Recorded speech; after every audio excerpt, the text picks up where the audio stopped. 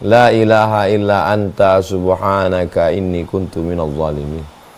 Cobalah baca itu. Tidak ada dia minta. Malu dia minta sama Allah. La ilaha illa anta. Tiada Tuhan selain engkau. Subhanak, engkau maha suci. Inni kuntu minadh zalimin. Aku termasuk orang yang zalim.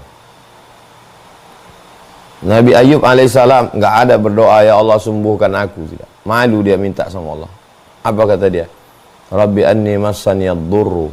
Aku kena penyakit ya Allah. Wa anta arhamur rahimin. Engkau maha penyayang di antara yang sayang. Jadi kita begitu berkeluh kesah dengan hidup ini katanya beriman. Katanya sholat, inna sholati wa nusuki wa mahyaya wa mamati lillahi rabbil alamin. Katanya Allahu Akbar, Allah maha besar. Baru dikasih sedikit aja oleng. Nah, jadi yang pertama itu adalah bandingkan diri kita. Itu perlunya kita ngobrol, kita cerita sama orang. Orang yang helmnya hilang, stres, depresi, ngomong mana-mana, update status helm hilang. Begitu ketemu sama orang, motornya hilang, lebih nyantai. Ada orang bininya hilang, lakinya hilang, anaknya hilang, kerjanya hilang. Jadi perlu kita membanding-bandingkan diri, mengukur bayang-bayang. Jadi jangan kalau kita kena keterpurukan, usaha hancur, bisnis nggak jalan, lalu kemudian kita mengurung diri, berhenti sendiri, stres, depresi, minum racun, mati. Tetap sholat ke masjid berjamaah, dengarkan tausiah, ceramah, ngobrol. Mungkin ada orang yang dibukakan Allah pintu hidayah, tahu dia, ujian kau ini belum ada apa-apanya. Kemarin si Anu lebih hebat lagi ujiannya. Nah ini perlunya kita membanding-bandingkan diri dengan, kita nggak boleh membanding-bandingkan diri. Nggak boleh itu kalau masalah dunia. Kenapa dia kaya, kenapa dia begini. Tapi kalau masalah mau mencari kesabaran, maka kita memang disuruh membanding-bandingkan. Makanya ketika terjadi berbagai macam ujian yang dialami Nabi SAW, maka Quran itu isinya cerita. Dan Nabi disuruh bercerita. Faqsusil qasasa. Ceritakan cerita-cerita itu. Supaya apa? La'allahum yatafakkarun. Supaya manusia ini berpikir. Dan kalau kita baca buku-buku motivasi itu isinya cerita. Cerita tentang orang sukses, cerita tentang orang gagal, cerita tentang orang buat permohonan 16 kali ikut tes PNS nggak lulus-lulus, akhirnya buka usaha berhasil. Cerita tentang orang keluar dari bank konvensional, buka warung pinggir jalan, akhirnya sukses. Cerita tentang orang diusir mertua karena nggak punya kendaraan, akhirnya buka usaha sukses. Dunia ini cerita. Man make story. Manusia bisa membuat cerita. Apa ceritamu? Bagaimana cerita orang lain? Bandingkan cerita itu. Bandingkan cerita kita, kesakitan kita, kebangkrutan kita, kematian saudara anak kita dengan orang yang diuji Allah Subhanahu wa taala, maka belum ada apa-apanya. Ini poin yang pertama. Yang kedua yang bisa menguatkan kita itu adalah wasta'inu bis sabri, sabar. Sabar itu artinya menahan. Jadi ada ibadah itu yang keluar duit, bangun masjid, anak yatim, fakir miskin, sedekah beras. Ada ibadah itu yang keluar darah, jihad fisabilillah, mati syahid. Ada ibadah itu yang keluar keringat, tawaf, sa'i, melontar jumrah. Ada ibadah itu yang keluar suara, baca Quran, tausiah. Tapi ada ibadah tidak keluar keringat, tidak keluar darah, tidak keluar uang, tidak keluar suara. Ibadahnya tinggi, itulah dia sabar. Sabar artinya imsak, menahan, tahan. Pikiran yang mulai pikir macam-macam. Aku kan udah tobat, aku kan udah hijrah, aku kan udah ngaji. Aku udah bolak-balik ngaji dengan hijrah bersama Ustadz Abdul Somad. Aku udah ikut kajian Ustadz Adi Dayat. Aku udah ikut kajian Buya Yahya. Aku udah ikut kajian Gus Baha. Aku udah ikut kajian Habib Muhammad bin Anis. Aku udah ikut kajian Ustadz Luqmanul Hakim. Kenapa begini? Tahan. Balikan kepada Allah Subhanahu wa taala. Tahan pikiran, tahan hati, tahan mulut, jangan sampai ngomong-ngomong. Wasta'inu bis sabri. Makanya kita diajarkan dalam puasa itu, sebenarnya puasa itu adalah menahan. Dalam puasa itu kita memang betul-betul menahan.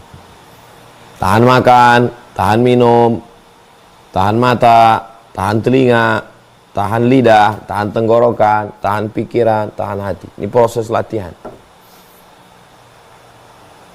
Karena kalau kita perturutkan, mata ngelihat, telinga mendengar cerita orang, hati, pikiran, mulut ngomong, komen-komen, na'udzubillah.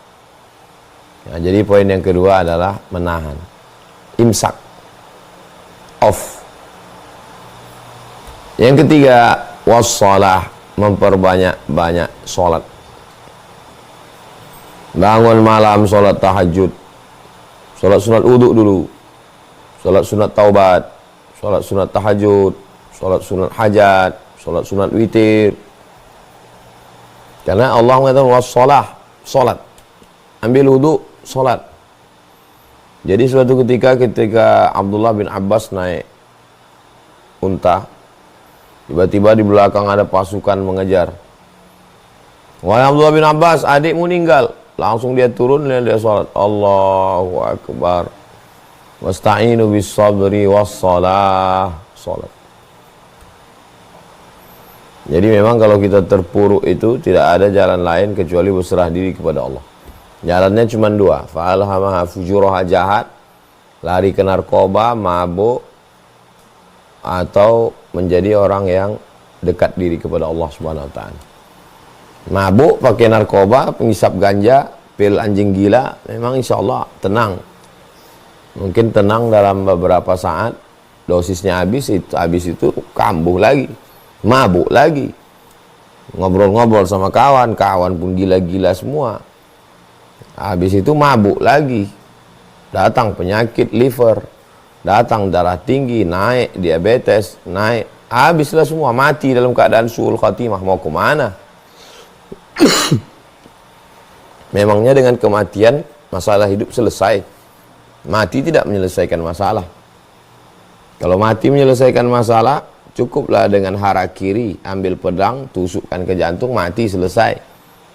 Orang yang stres menghadapi keterpurukan, dia ambil samurai, dia tusukkan ke jantungnya, berarti nanti di akhirat dia akan menusukkan api neraka ke jantungnya, khalidan mukhallada fiha abada, kekal selamanya. Orang yang stres menghadapi hidup ini gak kuat, diminumnya racun, mati. Dianggapnya istirahat, selesai. Di akhirat dia akan meminum api neraka, khalidan mukhallada fiha abada, kekal selamanya. Orang yang gak tahan dengan keterpurukan hidup ini, stres, depresi, melompat dari gedung lantai 100 kondominium, jatuh ke bawah, mati. Dianggapnya selesai dengan mati. Tidak selesai. Masuk dalam neraka, khalidan mukhallada fiha abada, kekal selama-lamanya. Hadis sahih. Jadi bagaimana caranya? Tempelkan keningmu ke lantai, berbisik kau ke tanah. Subhana rabbiyal a'la wa bihamdi, subhana rabbiyal a'la wa bihamdi, subhana rabbiyal a'la wa bihamdi. Wajjahtu wajhiya lilladzi fatara as-samawati wal arda hanifan musliman wa ma ana minal musyrikin. Inna salati wa nusuki wa mahyaya wa mamati lillahi rabbil alamin, la syarika lahu wa bidzalika umirtu wa ana minal muslimin. Tidak ada jalan lain kecuali memperbanyak salat. Tentu saja salat dengan cabang-cabangnya. Salat itu makna lainnya juga adalah doa. Jadi banyak-banyak berdoa. Salat itu juga di dalamnya ada tasbih, ada zikir. Subhana rabbiyal a'la, subhanallah walhamdulillah wa la ilaha illallah wallahu akbar, Allahu akbar, Allahu akbar, Allahu akbar, Allahu akbar, Allahu akbar. Jadi bukan hanya sekedar salat, tapi juga yang sepaket dengan salat. Ada baca Quran, ada zikir. Wasta'inu bis sabri was salah, minta tolonglah kepada Allah dengan sabar. Lalu kemudian salat. Terbanyak salat sunat, salat duha, salat tahajud, salat awabin, salat isyraq, salat hajat, salat mutlak, salat sunat tasbih. Minta tolong kepada Allah Subhanahu wa taala. Makanya kata Nabi, arihna ya Bilal. Ujian hidup ini sangat berat. Maka buat kami tenang, buat kami istirahat. Arihna ya Bilal.